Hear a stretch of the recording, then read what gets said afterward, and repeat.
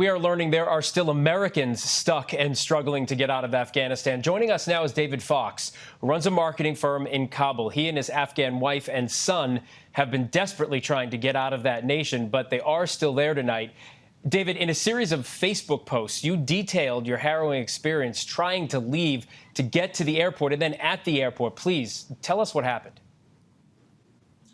So I have a friend in the U.S. State Department who was in touch with people who were inside the Kabul airport.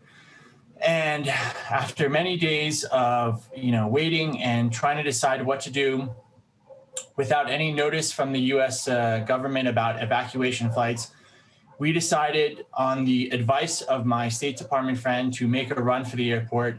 He told us that if we were able to get to the gate, he would have a friend who could identify us and actually, bring us, into the airport itself. So I kind of organized a little convoy with an African-American friend of mine who also had a very, a young son who was the same age as my little boy. And we went together in a group of 9 people to the north gate of the Kabul airport. And when we got there, there was a crowd of several hundred, potentially even, over 1,000 individuals. I mean, Afghans who were desperate to get into the airport. I'm a bigger person, but I was, carrying a, 3-year-old boy, and we were just, pushing our way into the crowd. I'm also taller, so I was, trying to, make eye contact with the U.S. Marines who were at the gate.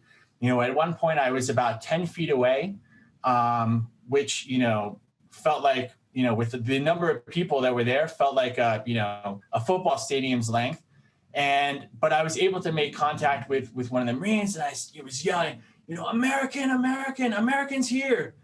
And he just, I made eye contact with him, and he just says, "Get out, get back now, get back now." And the Marines are just, firing, their weapons, firing warning shots in the air, throwing flashbangs. And every time they would do a series of, volleys of warning shots, the whole crowd would surge back. And I was holding this little boy and just, trying to keep my balance, trying not to fall down. And after 30 minutes of this, me with my son and my African-American friend, Tamana, with her son, we realized that we just couldn't, continue this. If we, stayed there longer, there was the chance that we would, pass out from exhaustion. Were you concerned at any point that the Taliban were going to fire on you? There are 3 gates that the Marines control on the north side of the airport. And the Marines don't have any working relationship with the Taliban. So there's no one who can control the crowd on the outside. The only way that the Marines can get the crowd to back up is by firing warning shots and throwing flashbangs into the crowd. Now, the Taliban are working with the British on what's known as the Camp Sullivan Gate, which is on the eastern side of the Kabul airport, the southeastern corner of the Kabul airport. And I had my friend who was in the U.S. State Department who was guiding me. We were exchanging exact locations using WhatsApp. He knew exactly where I was. He was giving me exact locations about where I should go. And when the North Gate option did not work out for us because we aborted, we just, after we aborted that attempt, my friend Tamana's contact, who was in the U.S. Department of Defense, said, "Okay, go to the Barron Hotel, which is by the Camp Sullivan Gate." The Taliban have, a couple of layers of security. So they have an outer perimeter and then an inner perimeter, and then the place where, these people can actually communicate with a British soldier. So on the outer perimeter, the Taliban are checking documents. We'd get to the gate and we'd show the Taliban our U.S. passports, and they would just say, "Oh, well, please, by all means, come in." And then we would get in the outer gate. And then in the intermediate gate, that's when, there's 3 kinds of Taliban. There was Taliban management, so they're unarmed. There was Taliban, fighters who actually had weapons, and, they would fire warning shots, and hit people with buttstocks, poke people with the barrel of the weapons. And there was, Taliban enforcers. So the Taliban enforcers had these, big rubber bands. I think they're called motor fan belts. And, I actually got whacked with, with one of these fan belts for not moving fast enough. The U.S. military have said they can't send troops out to get folks because they don't have the resources to engage like that. So this harrowing description here, how are you going to get out of that country? So, for me as a father, I always have to I have to weigh the risks of these different options. So to me, the airport is very dangerous. The Marines do not have control of the northern gates.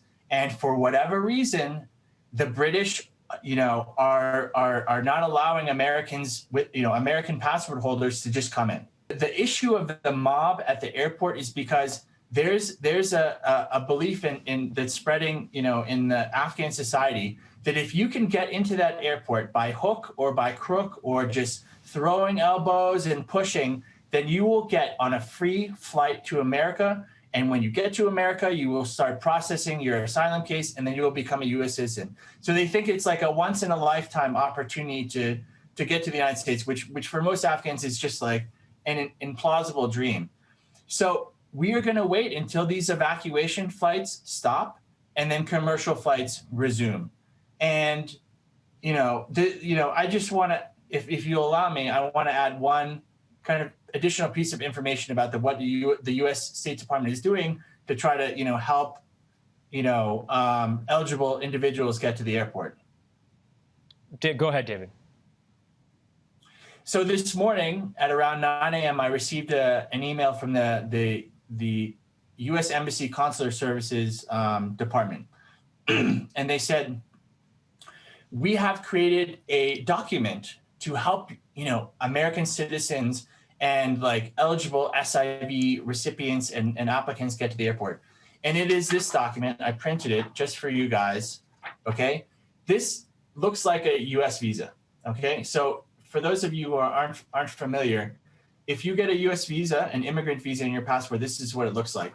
But this document has no name. It's not addressed to anyone. There's no serial number, okay, at the bottom. There's no barcode. So thousands of Afghans received this.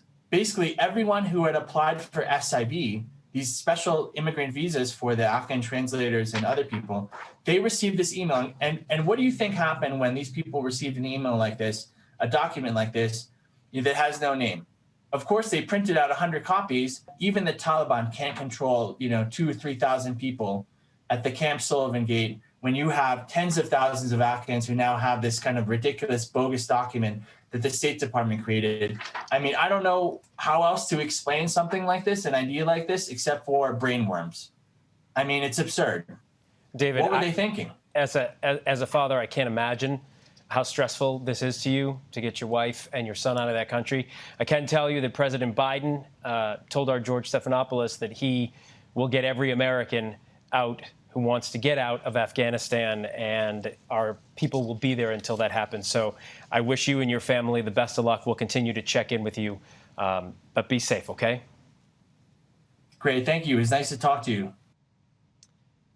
You might have noticed that we blurred that document David showed us. We did that for security reasons.